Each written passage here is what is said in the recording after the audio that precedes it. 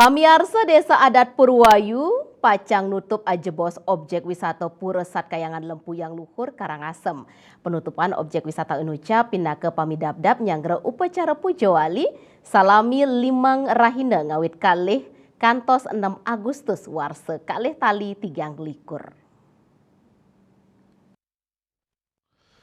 Bendesa Desa Adat Purwayu Inyaman Jati Mausang penutupan objek wisata Pura Lempuyang Pacang memargi selami limang rahina inggih punika kalih kantos 6 Agustus warsa kalih tali 3 likur.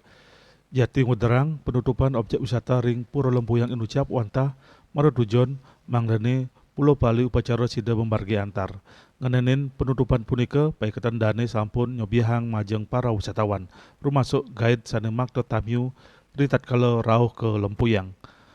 Manut Jati ring sejeroning nabdabin tur nyanggro pujawali kerama irika sampun metaki-taki tur maning ngaturang ayah pemekas ring genah parkir kendaraan pemudak taler sampun ke Siageang.